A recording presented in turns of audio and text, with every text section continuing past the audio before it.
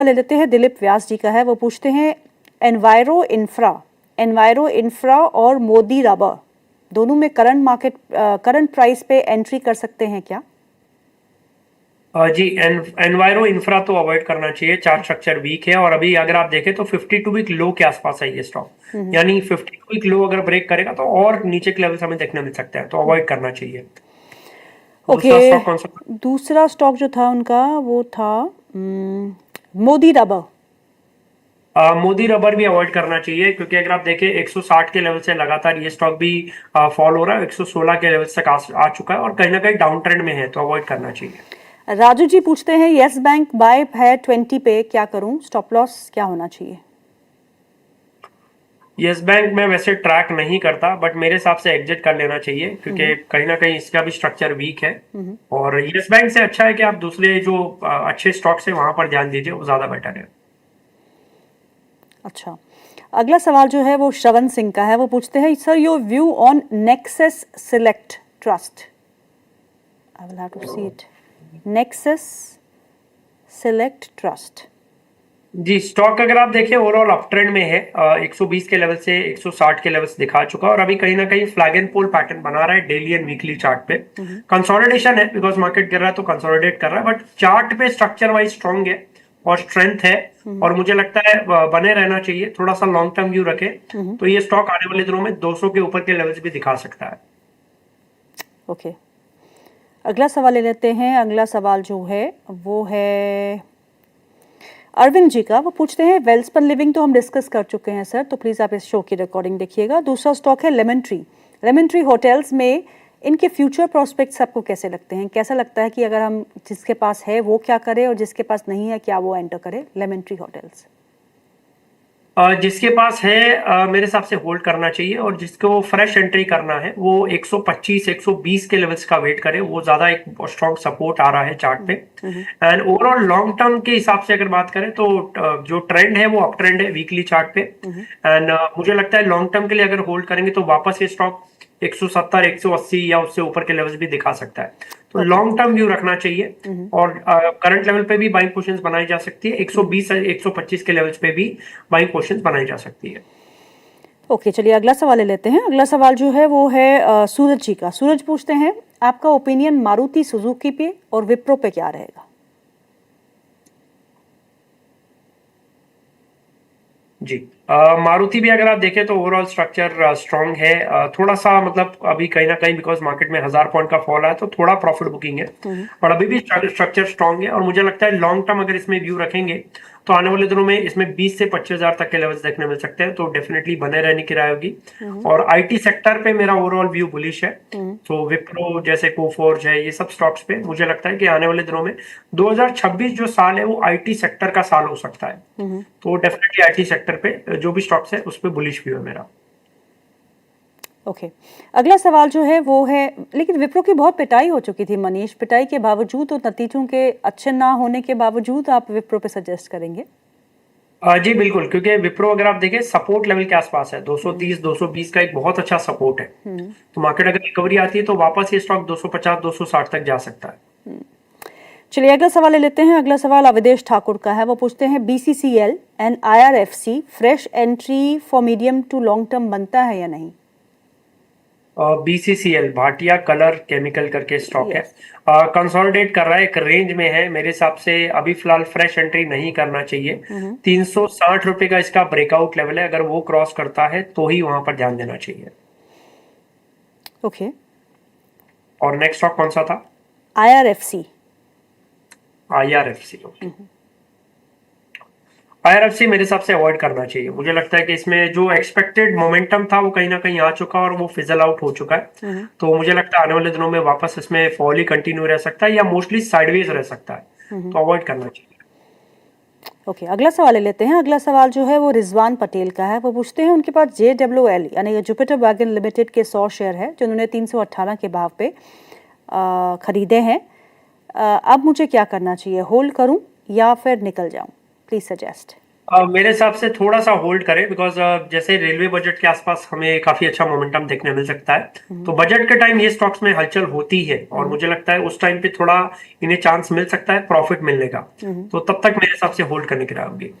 Okay, किरण पूछ रही हैं, हेलो मनीष सर, मेरे पास शेयर्स है HBL इंजीनियरिंग के, मुझे क्या करना चाहिए? HBL इंजीनियरिंग बाउंस आता है तो एग्जिट करने की राय होगी। स्ट्रक्चर वीक है, डेली चार्ट वीक है, वीकली चार्ट वीक है। 750 टू 800 तक अगर कुछ भी बाउंस आता है एग्जिट करने की कोशिश करें। ओके। गौतम जी का सवाल है, पूछते हैं उनके पास SDBL के 100 शेयर्स है जो उन्होंने 68 रुपीज़ के भाव पे लिए हैं, व्हाट टू डू? सबका एक ही सवाल है, व्हाट टू डू? स्टॉक अगर आप देखें एक स्ट्रॉन्ग डाउन ट्रेंड में है, 160-70 के लेवल से अभी स्टॉक 95 तक आ चुका है और कहीं ना कहीं जितना इसमें वीकनेस है मुझे लगता है आने वाले दिनों में स्टॉक 80 से 70 रुपए तक के लेवल्स भी दिखा सकता है। तो कोई भी बाउंस आता है, बाउंस में एग्जिट करने की राय होगी, एग्जिट करने की कोशिश करें। ओके, बाउंस में एग्जिट करने की कोशिश करें। अगला सवाल जो है वो है संदीप जी का, वो पूछते हैं Texmaco infra 400 shares at the rate of 101, क्या करूं? इनका जो एंट्री प्राइस है वो बहुत अच्छा है मेरे हिसाब से। स्टॉप लॉस मेंटेन करें 110 रुपए का, 110 का स्टॉप लॉस मेंटेन रखना चाहिए। और मुझे लगता है जैसे ये रेलवे काउंटर है, तो रेलवे काउंटर के स्टॉक जो होते हैं वो बजट के टाइम थोड़ा हलचल करते हैं क्योंकि कहीं ना कहीं एक्सपेक्टेशन रैली, एक्सपेक्टेशन मूव आता है, ठीक है, तो उस टाइम पे इनको काफी अच्छा प्रॉफिट आ सकता है। पॉसिबल है स्टॉक 130 140 तक का लेवल्स दिखा दे, बिकॉज इनका एंट्री प्राइस अच्छा है, इसीलिए मैं बोल रहा हूँ कि होल्ड करें और 110 का स्टॉप लॉस मेंटेन रखें। ओके, अगला सवाल जो है वो कोल इंडिया पे है, पूछते हैं कोल इंडिया के स्टॉक पे क्या करना चाहिए? और जी कोल इंडिया कहीं ना कहीं काफी अच्छा रैली दिखाया था और अब थोड़ा सा कंसोलिडेशन फेज में है। मुझे लगता है अगर लॉन्ग टर्म व्यू है तो बने रहना चाहिए। आने वाले दिनों में स्टॉक का जो स्ट्रक्चर है उस हिसाब से 460 470 तक के लेवल्स भी दिखा सकता है, तो बने रहने की राय होगी, होल्ड करने की राय होगी। ओके, अगला सवाल जो है नाम नहीं लिखा, डिक्सन टेक्नोलॉजीज 13,500 में लिया है, अब क्या करूं? 13,500 में और स्ट्रक्चर थोड़ा सा वीक है इसका। मुझे लगता है अगर बाउंस आता है 11,500 11,600 तक तो एग्जिट करने की राय होगी, थोड़ा सा वीक स्ट्रक्चर है इसका। ओके, जीतू जी का सवाल है, वो पूछते हैं केपलिन पॉइंट में क्या करूं? 2000 बाई प्राइस है, 2000 पे बाय किया है।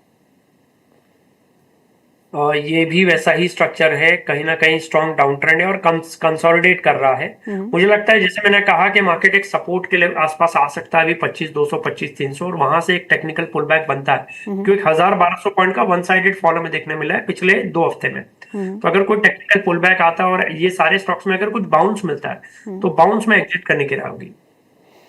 ओके, अगला सवाल लेते हैं, अभिषेक सिंह का है, वो पूछते हैं PPL फार्मा उनके पास है 205 रुपये में लिया है, 1 साल का व्यू रखते हैं, आपसे जानना चाहते हैं कि इस स्टॉक में क्या करना चाहिए? ये भी आने वाले दिनों में 140 130 तक के लेवल्स दिखा सकता है। स्ट्रक्चर वीक है, डाउन ट्रेंड है और कहीं ना कहीं कोई भी स्ट्रेंथ नहीं है, तो मतलब ब्रेकआउट वगैरह का कुछ भी यहाँ पे साइन नहीं है। तो मुझे लगता है अगर कोई बाउंस मिलता है तो एक बार के लिए एग्जिट कर लेना चाहिए क्योंकि स्ट्रक्चर वाइज अभी भी वीकनेस है। ओके, अगला सवाल जो है वो है Tata motor passenger vehicle TMPV पे, कैन वी बाय? जी मेरे हिसाब से इसमें भी वेट करना चाहिए। वो बोल रहे हैं फॉर इंट्राडे वो तो इंट्राडे खेल रहे हैं नहीं, अवॉइड करना चाहिए, अवॉइड करना चाहिए, वीकनेस है, अभी भी वीकनेस है। ओके, अगला सवाल जो है वो नागेंद्र जी का है, पूछते हैं सूजलॉन में अब क्या करें? सूजलॉन में काफी कमजोरी आ चुकी है। जी ये ऐसे स्टॉक्स हैं, मतलब मुझे लगता है कि जैसे मार्केट थोड़ा सा भी प्रॉफिट बुकिंग करता है तो ये सारे स्टॉक्स में सेल ऑफ जल्दी आता है और स्ट्रक्चर अभी भी इसमें भी वापस वीक हो चुका है। मुझे लगता है आने वाले दिनों में 50 का जो इंपॉर्टेंट सपोर्ट लेवल था वो भी ब्रेक कर दिया सुजलॉन ने, तो आने वाले दिनों में इसमें 40 के लेवल्स 35 के लेवल्स भी देखने मिल सकते हैं। तो वीकनेस बहुत है, कोई भी बाउंस मिलता है आने वाले दिनों में 3-4 दिनों में, जैसे मार्केट में कोई टेक्निकल पुल बैक आया, बाउंस मिला तो बाउंस में एग्जिट करने की कोशिश कीजिए। अगला सवाल जो है वो है सीमेंट स्पेस पे, सीमेंट स्पेस में कोई ऐसे स्टॉक जो आपको पसंद हो मनीष जी? जी ये सेक्टर में मुझे एक स्टॉक अच्छा लगता है, that is Shri cement. Shri cement में कहीं ना कहीं एक टेक्निकल पुल बैक बन चुका है, कहीं ना कहीं रिवर्सल पैटर्न बन रहा है। तो हालांकि प्राइस थोड़ा ज्यादा है, 27,300 का प्राइस है, पर वापस ये स्टॉक 30,000 31,000 के लेवल्स दिखा सकता है। ओके, मुकुल जी पूछते हैं कि हिंदुस्तान जिंक में अब क्या करना है। हिंदुस्तान जिंक आज भी गिरते हुए बाजार में करीबन 3 से 4% के इजाफे के साथ कामकाज कर रहे हैं, नतीजे अच्छे रहे, उसके बाद एक अच्छा मोमेंटम, आपने डे हाई के आसपास ही है, 686 के आसपास का लेवल है, अब क्या करना है? जैसे मैंने कहा कि मेटल सेक्टर और आईटी सेक्टर, ये दो सेक्टर पे मेरा व्यू बुलिश है और पूरे 2026 के लिए।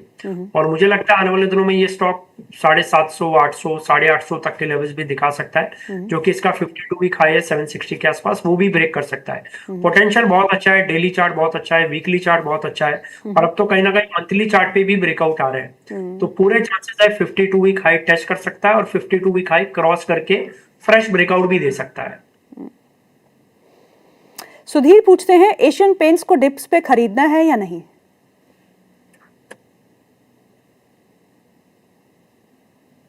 जी एशियन पेंट्स अगर आप देखें तो यस खरीद सकते हैं, स्ट्रक्चर अभी भी स्ट्रांग है इसका। काफी अच्छा पुल बैक आया था, मतलब काफी अच्छी रैली देखने मिली थी, और अब एक टेक्निकल पुल बैक आ रहा है, तो परफेक्ट स्ट्रक्चर है, डिप्स पे बाइंग की जा सकती है। थोड़ा सा लंबा व्यू रखे, 3 महीने 6 महीने का व्यू रखेंगे तो पैसा बन सकता है इसमें। आज अच्छी खासी मोमेंटम जो है थोड़ा बहुत कंजम्पशन स्पेस से जुड़ी हुई कंपनियां गोदरेज कंज्यूमर में देखने को मिल रहा है, एचयूएल भी आज हरे निशान में कामकाज कर रहा है, कोलगेट, इमामी जैसी कंपनियों में भी आज थोड़ा बहुत ज़्यादा गिरावट नहीं है जैसे कि ब्रॉडर मार्केट्स पे देखने को मिल रही है। सो एफएमसीजी स्पेस आपको कैसा लगता है मनीष? और एफएमसीजी स्पेस की स्टोरी आप बाय करते हैं क्या? कंजम्पशन स्पेस जो हम पिछले टैक्स कट से, जीएसटी कट से बात करते आ रहे हैं, क्या आपको लगता है कि अब इन कंपनीज का वक्त आ चुका है? और जी इसमें सिलेक्टिव काउंटर स्टॉक्स आपको ध्यान देना पड़ेगा, बिकॉज काफी सारे स्टॉक्स हैं, तो आपको जो जिसके चार्ट स्ट्रक्चर स्ट्रेंथ है, जिसके चार्ट में स्ट्रेंथ है और ब्रेकआउट पोटेंशियल लग रहा है, वो स्टॉक्स पे ज्यादा फोकस कीजिए। जैसे एचयूएल है, एचयूएल में काफी अच्छा स्ट्रेंथ है, टाटा कंज्यूमर है, गोदरेज है, तो ये स्टॉक्स है जिसमें मुझे लगता है कि चार्ट वाइज स्ट्रेंथ है, स्ट्रक्चर वाइज कहीं ना कहीं अप ट्रेंड है, और ये स्टॉक्स पे ज्यादा फोकस करना चाहिए। अगला सवाल जो है वो स्वप्निल का है। स्वप्निल पूछते हैं रेमंड्स के बारे में, रेमंड्स के स्टॉक में क्या करना चाहिए? जी कहीं ना कहीं स्ट्रॉन्ग डाउन ट्रेंड में है, और मुझे लगता है कि और भी फॉल देखने मिल सकता है, और भी वीकनेस देखने मिल सकती है, 350 340 तक के लेवल्स भी दिखा सकता है। तो अगर आपके पास है तो वही राय होगी, बाउंस अगर आता है कुछ भी आने वाले दिनों में तो एग्जिट करने की कोशिश करें। ओके, अगला सवाल भी है, नाम नहीं लिखा। केन्स टेक्नोलॉजी 4200 पे में लिया है, अब क्या करूं?